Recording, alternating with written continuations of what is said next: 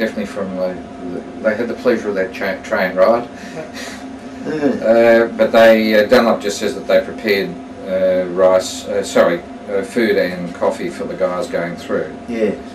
Yes. Well, we thought it was absolutely beautiful. Yeah. And Lloyd Carl actually remembers that it's the only time he'd ever met Dunlop when he went through that camp, and he actually spoke with him briefly as he went through. Now that little creek, was it ever used partly in the treatment of ulcers, or is it?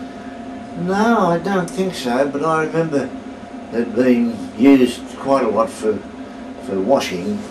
In fact, I remember one time I went down there with Frank Carl, and we had a swim and a wash, and I remember Frank having a scar on his hip, and he definitely had some operation when he was quite a young fellow, and it struck me as being rather strange, you know, at that time, that he, being a doctor and then having this operation.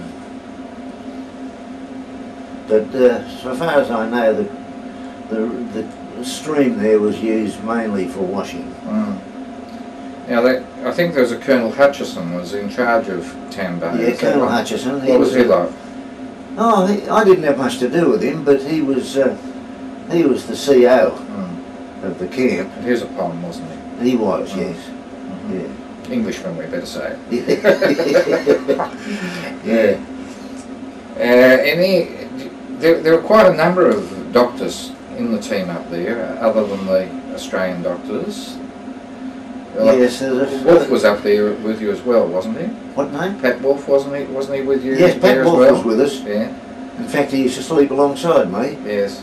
And he was such a good man that at night time he'd ring me, he'd shake me, and he'd say, Gordon, I'm very worried about Joe Blow.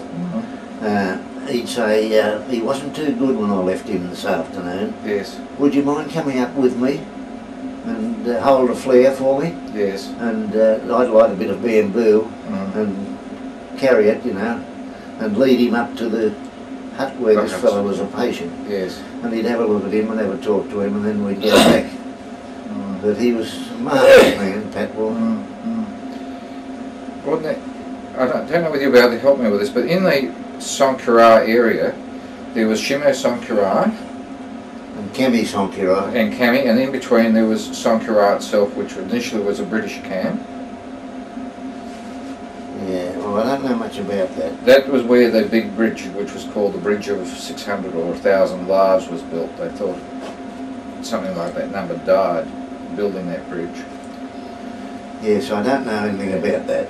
There was another camp called Changaraya, because all they were Shimo number 1, Sonkarai number 1, 2, 3, 4 and 5. They're given 5 numbers.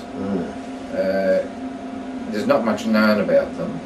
No, well, unfortunately I can't help you with those because I just knew them as we marched into them and stayed overnight and marched out again. Yes, yeah, I understand.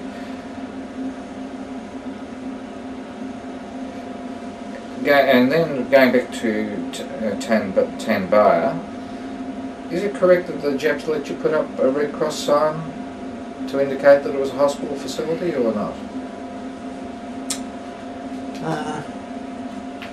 I don't remember it. No. I don't remember it. All right. Now the other officers, I've asked you about Fred Stahl and George Gwynn, but does it just name Ron Eaton, Lieutenant Ron Eaton, mean anything? Yes, I remember him. Yeah. What can you tell us about Ron? What was his corps? Or? Well, I can't tell you much about him. In fact, I can't tell you anything about him, but I know he was there because I remember his name. Yeah, what about Bob? Was he a chemist, by the way? No, I don't know. That's why I was asking the questions. Yeah. One of them was a chemist. I had an idea it might have been Ron Eaton. Yes. Because when we got established at Kami Sonkarai, he started a sort of a dispensary. Now, did you really mean Kami, or did you mean Shimo Sakurai. Shimo. Uh-huh. Shimo Sakurai. You have just helped me a great deal. Because Lloyd Carl told me he had this chemist who helped him a great deal with identifying strains of malaria and what have you. He said he still had a microscope. Ah. And he also said he helped him by doing the odd anaesthetic as well. Ah. So that may well be Ron Eaton that did that. That could have been, Yeah. yes. What about the name Bob Kelsey? Kelsey, I remember too. He was there. I can't sort of say for sure which one of them was the dispenser. Right. I can't say for sure on that. But at least now I can ask Lloyd and he can probably confirm that. That's really good. Thank you for that.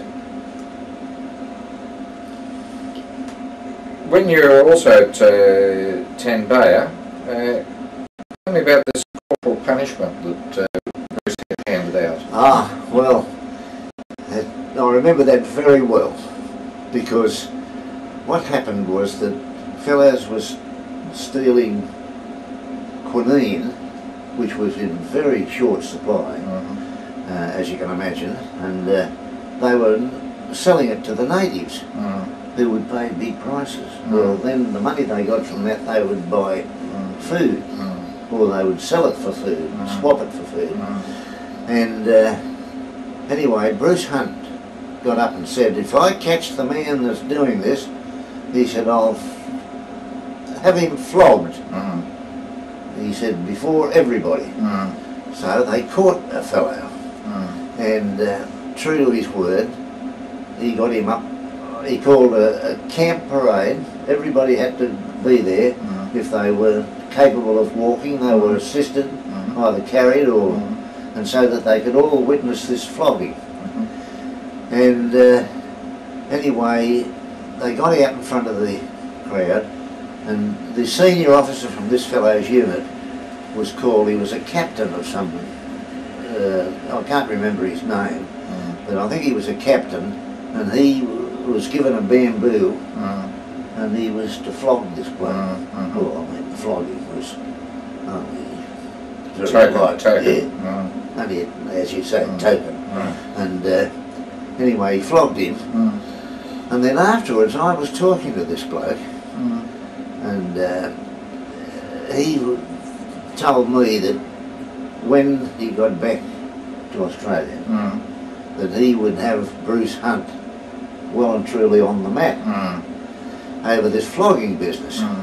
So anyway, I felt duty bound to tell Bruce Hunt, and so I told him what this fellow had told me, and he said, I hope to heaven he does.